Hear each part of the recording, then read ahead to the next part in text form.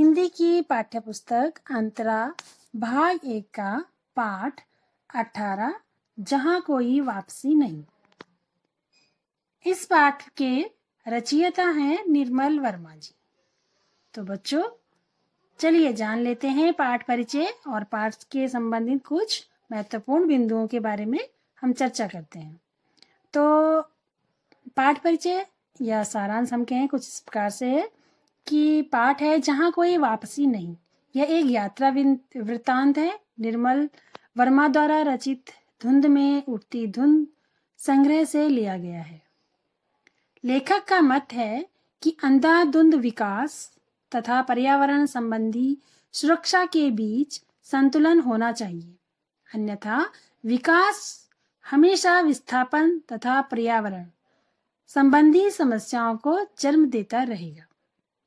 औद्योगिक विकास के इस दौर में प्राकृतिक सौंदर्य नष्ट होता को जन्म यानी कि औद्योगिक विकास से, औद्योगों के अधिकतर निर्माण से प्राकृतिक सौंदर्य नष्ट हो रहा है। पेड़ पौधे कट रहे हैं, पहाड़ कट रहे हैं, जिसकी वजह से हमारे प्रकृति को नुकसान हो रहा है। औद्योगिक विकास के इस दौर में प्राकृतिक सौंदर्य तो नष्ट हो ही रहा है तथा मनुष्य अपनी संस्कृति और परिवेश से विस्थापित होकर जीने को मजबूर होगा ऐसा करने से। तो ये विकास और प्रकृति के बीच संबंध संतुलन को बनाए रखने की बात निर्मल जी अपने इस यात्रा वृत्तांत के माध्यम से करते हैं। तो चलिए बच्चों अब जानते हैं कुछ इम्पोर्टेंट बिंदुओं के बारे में। स्मरणीय बिंदु है कि लेखक सन 1983 में दिल्ली की लोकायन संस्था की ओर से सिंगरौली से नवा गांव गए थे, जहां लगभग 18 छोटे छोटे गांव थे और यही एक गांव या अमझर जहां आम झरते थे। अत्यधिक पैदावार होने पर जब से अमरोली प्रोजेक्ट के अंतर्गत यह घोषणा हुई कि कई गांव उजाड़ दिए जाएंगे, तब से न जाने क्यों आम के पत्ते सूखने लगे। लेखक को लगा कि उसे आज विस्थापन के विरोध में प्रकृति का यानी पेड़ों का सामूहिक मूक सत्यापन या सत्याग्रह देखने का अनुभव हुआ है। यानी कि लेखक कहता है कि ऐसी जब ये बात सुनी गई कि वहां पर पेड़ पौधे सब उजाड़ दिए जाएंगे, ऐसा सुनने के बाद से वहां पर जो आम के पत्ते थे उनके पत्ते, आम के पेड़ों के पत्ते सूखने लगे थे। तो लेखक को ऐसा लग रहा है कि जो ये पेड़ पौधे हैं, प्रकृति है, वो सत्याग्रह कर रही है ना, यानी आवाज उठा रही है अपनी सुरक्षा के लिए।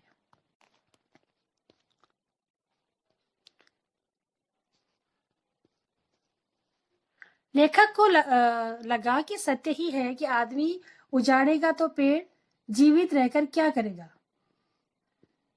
जब आदमी उजड़ेगा तो पेड़ जीवित रहकर क्या करेगा। जब लोगों को एक जगह से दूसरी जगह हटा दिया जाएगा तो पेड़ भी क्या करेंगे। लेखक के टेहरी गढ़वाल में पेड़ों की रक्षा के लिए मनुष्य का सत्याग्रह तो सुना था, पर व्यक्ति के लिए पेड़ों के सत्याग्रह को पहली बार महसूस किया था। यानी जब पेड़ों को बचाने के लिए चिपको आंदोलन चलाया गया था उत्तराखंड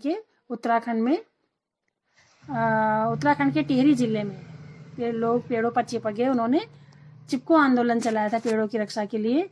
लेकिन जो लेखक है वो ये कह रहा है कि लोगों के द्वारा इस तरह का सत्याग्रह चलाना या आंदोलन चलाना तो ठीक है, लेकिन ऐसा लग रहा है कि पेड़ पौधों ने व्यक्ति के लिए पेड़ों के सत्याग्रह को पहली बार महसूस किया था। लेखक के लिए यह भी अनूठा अनुभव था कि स्वच्छ पवित्रता और प्राकृतिक खुले वातावरण में जिंदगी बिताने वाले लोग किस प्रकार विस्थापन के पश्चात अनाथ अपने मूल आधार से कटे होने के एहसास के साथ दम घुटती भयावह बस्ती में रहने के लिए मजबूर हो जाते हैं। जब टेहरी डैम बना था तो टेहरी डैम के बनने से भी बहुत सारे वहां के गांवों को वहां से हटा करके दूसरी जगह शिफ्ट कर दिया गया था, यानी उन्हें दूसरी जगह विस्थापित कर दिया गया था। तो ऐसे में क्या होता है, वो बहुत सारी उनकी यादें जुड़ी होती हैं उस जगह से और अपने घर सब कुछ टूट जाते हैं, दोबारा से सब कुछ बसाना पड़ता है और कैसे कैसे परिस्थिति में उन लोगों को रहना पड़ता है। तो उस दर्द को लेखक ने महसूस किया है। लेखक ने उन्हें आधुनिक भारत का नया शरणार्थी माना है, जिन्हें औद्योगिक विकास के नाम पर हमेशा हमेशा के लिए उनके मूल स्थान से हटा दिया गया। प्राकृतिक आपदा के कारण जिन लोगों को अपना घर छोड़ना पड़ता है, वे कुछ अरसे बाद आफत टलते ही दोबारा अपने जाने पहचाने परिवेश में लौट भी आते हैं। किंतु इतिहास जब विकास और प्रकृति के नाम पर लोगों को विस्थापित करता है, तो किसके नाम पर? विकास और प्रगति के नाम पर, कि हम यहाँ पर विकास करें, कोई बहुत बड़ा प्रोजेक्ट चल रहा है जिसकी वजह से गांव को खाली करना पड़ेगा, लोगों को वहां से हटाना पड़ेगा, इसके नाम पर जब विस्थापित किया जाता है लोगों का, तो वे फिर अपने घर वापस लौटकर नहीं आ सकते वहां पर अपने घर में, क्योंकि उनके घरों को तोड़ दिया जाता है। तो औद्योगिकरण की आंधी में सिर्फ मनुष्य ही नहीं उजड़ता, बल्कि उसका परिवेश और आवास स्थल हमेशा के लिए समाप्त हो जाते हैं। सिंगरौली की उर्वरा भूमि और समृद्ध जंगलों को देखकर लेखक को एहसास होता है कि विकास के नाम पर किस प्रकार एक भरे पूरे ग्रामीण अंचल को कितनी नासमझी और निर्दयता से उजाड़ा जा सकता है।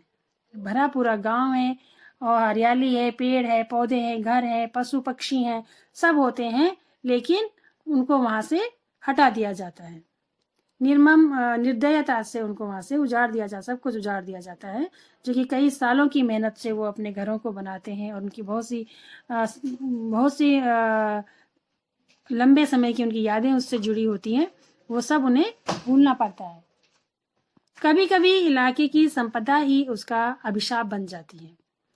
अपनी अपार खनिज संपत्ति के अभिशाप के कारण वैकुंठ और काला पानी के नाम से सुशोभित सिंगरौली गांव औद्योगिकरण की भेंट चढ़ गया। सिंगरौली गांव में बहुत ज्यादा खनिज संपदा थी, इस वजह से वहां पर फिर औद्योगिकरण हुआ उस खनिज संपदा के लिए, और उनको उसका ऋण चुकाना पड़ा, बलि चढ़ गया उस खनिज संपदा की सिंगरौली गांव। लेखक को लगता था कि औद्योगिकरण का चक्का जो स्वतंत्रता के बाद चलाया गया, उसे रोका जा सकता था, उसके विकल्प तलाशे जा सकते थे। पश्चिम जिस विकल्प को खो चुका था, भारत में उसकी संभावनाएं खुली थी। तो इस प्रकार से इस पाठ के माध्यम से लेखक ये बता रहा है कि किस तरह से मनुष्य ने प्रगति के नाम पर, विकास के नाम पर, दिन प्रतिदिन विकास हो रहा है, पहाड़ कट रहे हैं, पेड़ पौधों को नुकसान हो रहा है, मनुष्य को नुकसान हो रहा है, और हम प्रगति कर रहे हैं। इस बात को वो विकल्प देते हैं कि प्रगति के नाम पर, विकास के नाम पर, उद्योगों के नाम पर बहुत बड़े बसे बसाए गांव को उजाड़ कर दिया जाता है और उनको बहुत सारी मुसीबतों का सामना करना पड़ता है, पेड़ पौधों को, वहाँ के जीव जंतुओं को, वहाँ के मनुष्यों को, और इस प्रकार से फिर वहाँ पर औद्योगिकरण किया जाता है।